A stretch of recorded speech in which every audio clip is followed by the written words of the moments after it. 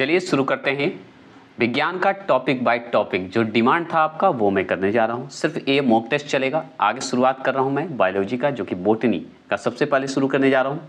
Botany का शुरू करने जा रहा हूँ तो याद रखिएगा वनस्पति विज्ञान और उसकी शाखा हम पढ़ने जा रहे हैं सबसे पहले। और ज़्यादा क्वेश्चन नहीं है, 26 क्वेश्चन है और फास्ट करेंगे, कम समय में ज़्यादा क्वेश्चन, सिर्फ mock test, no detail no जानकारी, क्योंकि मैं पढ़ा चुका हूँ बोटनी। तो चलिएगा, तो आगे देखिए पहला क्वेश्चन है जीव विज्ञान मतलब बायोलॉजी शब्द का प्रयोग सर्वप्रथम किसने किया? तो आप बताइए किसने किया था? तो हम ऑप्शन नंबर डी देंगे। कौन दिए थे? लेमार्क और ट्रेवीरेनस। क्या नाम है? ट्रेवीरेनस ने दिए थे जीव विज्ञान शब्द का। दूसरा प्रश्न है कि जीव विज्ञान के जनक फादर ऑफ बायोलॉजी के नाम से जाने जाते हैं। कौन जाने जाते हैं? तो जीव विज्ञान के जनक जो हैं मतलब फादर ऑफ बायोलॉजी के नाम से जाने जाते हैं। दूसरा प्रश्न का ऑप्शन नंबर ए जो देख रहे होंगे अरस्तु, वही आंसर है। चलिएगा, तीसरा प्रश्न आपके सामने है। तीसरा प्रश्न है वनस्पति विज्ञान बोटनी के जनक हैं कौन? बताइएगा। तो वनस्पति विज्ञान मतलब बोटनी के जनक कौन है बताएंगे? तो हम बताएंगे तीसरा प्रश्न का आंसर का जवाब ऑप्शन नंबर सी थ्रियोफ्रेटस। थ्रियोफ्रेटस जो है याद रखिएगा वनस्पति विज्ञान के जनक हैं मतलब बोटनी के जनक माने जाते हैं। चौथे प्रश्न की बात करते हैं, चिकित्सा शास्त्र का जनक किसे कहा जाता है? तो चिकित्सा शास्त्र का जनक किसे कहा जाता है ये बताइए आप। तो चौथे प्रश्न का आंसर का जवाब जो देंगे ऑप्शन नंबर सी। क्या देंगे? Option number C Hippocrates. समझ गए? वनस्पति विज्ञान के थ्रियोफ्रेटस, चिकित्सा शास्त्र के जनक हिप्पोक्रेटस। याद हो गया? देखिए पांचवा प्रश्न है हिस्टोरिया प्लाटर्म बोला जाता है, पुस्तक के लेखक कौन है बताइएगा। तो ये बताएंगे, पांचवा प्रश्न का जवाब देंगे ऑप्शन नंबर बी थ्रियोफ्रेटस है। कौन है? थ्रियोफ्रेटस। चलिएगा, छठा प्रश्न की बात करते हैं। तो चिकित्सा शास्त्र के विद्यार्थियों को किसकी शपथ दिलाई जाती है? बताएंगे चिकित्सा शास्त्र के विद्यार्थियों को किसकी शपथ दिलाई जाती है? जवाब देंगे, छठे प्रश्न का जवाब देंगे ऑप्शन नंबर डी हिप्पोक्रेटस का जो है क्या दिलाया जाता है? शपथ दिलाया जाता है, क्योंकि ये चिकित्सा शास्त्र के जनक माने जाते हैं हिप्पोक्रेटस, जो कि हम ऊपर पढ़ चुके हैं। सातवां प्रश्न है फाइकोलॉजी में किसका अध्ययन किया जाता है? तो फाइकोलॉजी में किसका अध्ययन किया जाता है बता सकते हैं? तो बताइएगा। तो सातवां प्रश्न का ऑप्शन नंबर ए शैवाल का होता है। किसका? शैवाल का होता है।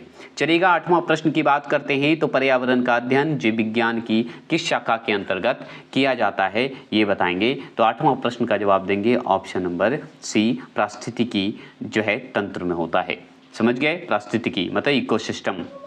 चलिएगा, नौवां प्रश्न की बात करते हैं। नौवां प्रश्न है फूलों के संवर्धन के विज्ञान को क्या कहते हैं? तो जैसे ही फूलों के संवर्धन की बात करेंगे विज्ञान को क्या कहेंगे? तो हम बताएंगे, नौवें प्रश्न का जवाब देंगे ऑप्शन नंबर बी फ्लोरिकल्चर। संवर्धन मतलब अध्ययन से सेंस में है, तो फूलों के संवर्धन के विज्ञान के बारे में अगर पूछे तो फ्लोरिकल्चर बताइएगा। आपसे पूछे 10वां प्रश्न है डेंड्रोलॉजी का संबंध जो है किससे है बताइएगा। भारी आवाज बारिश हो रही है तो आएगा, थोड़ा सा याद रखिएगा। डेंड्रोलॉजी का संबंध जो है किससे है? तो 10वें प्रश्न का जवाब देंगे ऑप्शन नंबर सी झाड़ियों के अध्ययन को हम कहते हैं डेंड्रोलॉजी। और 9वां प्रश्न तो आप देख ही चुके थे, ऑप्शन नंबर बी फ्लोरिकल्चर, जो कि ये देखे थे, है ना। आगे चलते हैं, 10वां हो गया। 11वां प्रश्न है पुष्पों का अध्ययन क्या कहलाता है? देखिए पुष्पों का अध्ययन कहलाता है, बहुत अच्छे से जानते हैं, एंथ्रोलॉजी कहलाएगा। क्या कहलाएगा? ऑप्शन नंबर ए जो लगाएंगे 11वां प्रश्न का वो सही लगाएंगे, एंथ्रोलॉजी कहेंगे।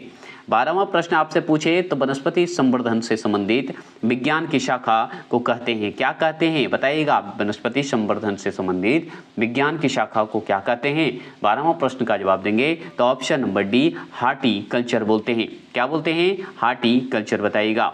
13वां प्रश्न की बात करें तो सिविल कल्चर वनस्पति विज्ञान की वह शाखा है जिसमें वर्णन होता है। किसका वर्णन होता है बताइएगा। 13वां प्रश्न का जवाब देंगे तो याद रखिएगा ऑप्शन नंबर बी वनों के विकास की बात करता है। कौन? याद रखिएगा सिल्वीकल्चर। सिल्वीकल्चर जो होता है वो वनों के विकास की बात करता है, वर्णन करता है। चलेंगे 14 प्रश्न, क्या बताइएगा। 14 प्रश्न है स्पर्मोलॉजी में किसका अध्ययन होता है बताइएगा। स्पर्मोलॉजी में किसका अध्ययन होता है ये जवाब दे सकते हैं। तो हम जवाब देंगे ऑप्शन नंबर ए बीज की बात करता है, शीड की बात करता है। ठीक है, ये भी आप जान गए।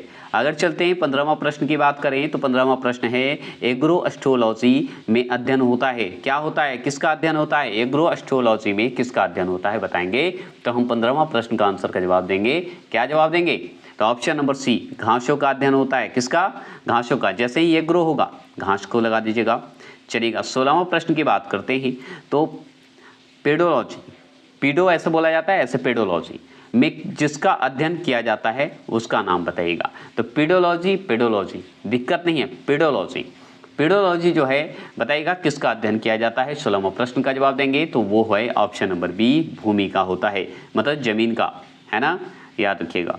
आगे चलेंगे 17वां प्रश्न है, आनुवंशिकता एवं विभिन्नता के बारे में जानकारी देने वाली वनस्पति विज्ञान की शाखा को कहते हैं। क्या कहते हैं बता सकते हैं? तो हम 17वां प्रश्न का ऑप्शन नंबर सी, आनुवांशिक कहेंगे। क्या कहेंगे? आनुवांशिक कहेंगे।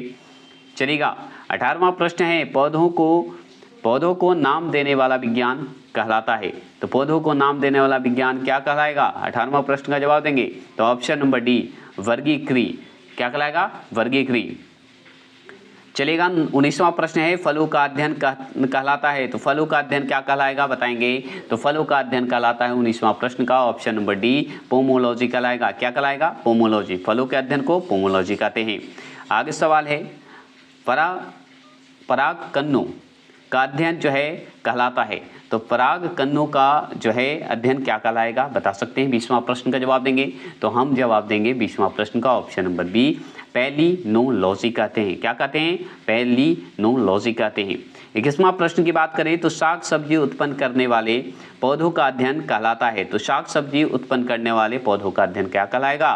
तो 21वां प्रश्न का जवाब देंगे ऑप्शन नंबर, याद रखिएगा, ए, ओलेरी कल्चर कहलाएगा। क्या कहलाएगा? ओलेरी कल्चर कहलाएगा। वार्षिक वलयों का अध्ययन कहलाता क्या है? तो वार्षिक वलयों का अध्ययन कहलाएगा ऑप्शन नंबर बी, डेंड्रोकोनोलॉजी। डेंड्रोकोनोलॉजी जो कहलाता है वो वार्षिक वलयों का अध्ययन कहलाता है।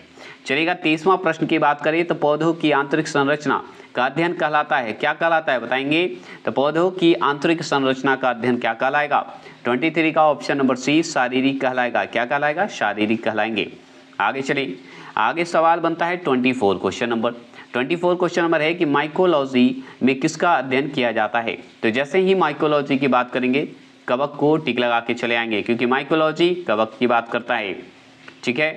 25वां प्रश्न है, एक्सोबायोलॉजी में निम्नलिखित में किसका अध्ययन किया जाता है बताइएगा। इसका जवाब देंगे, 25वां प्रश्न का जवाब देंगे तो ऑप्शन नंबर डी दीजिएगा, बाह्य ग्रह तथा अंतरिक्ष में जीवन की बात करता है। बाह्य ग्रहों का अध्ययन एवं अंतरिक्ष में जीवन जो है उसकी बात करता है एक्सोबायोलॉजी। ठीक है। आगे चलते हैं 26 की बात करते हैं तो जीव द्रव्य के पृथक्करण क्या है? पृथक्करण एवं संयोजन से संबंधित वनस्पति विज्ञान की शाखा कहलाती है। क्या कहलाती है बता सकते हैं? जीव द्रव्य के पृथक्करण और संयोजन से संबंधित वनस्पति विज्ञान का शाखा कहलाती क्या है? तो हम जानते हैं option number C, tissue culture कहते हैं। मतलब टिश्यू मतलब होता है उत्तक, याद रखिएगा, टिश्यू कल्चर कहते हैं। स्पेशल साइंस का ये किताब चला रहा हूँ जो कि आपको रिमाइंडर बुक का ही दूसरा पार्ट है, सामान्य विज्ञान, जो कि आपको पोस्ट कर दिया गया है। उसी का ये टॉपिक बाय टॉपिक बायोलॉजी का चलेगा, इसी तरह फिजिक्स का टॉपिक बाय टॉपिक चलेगा।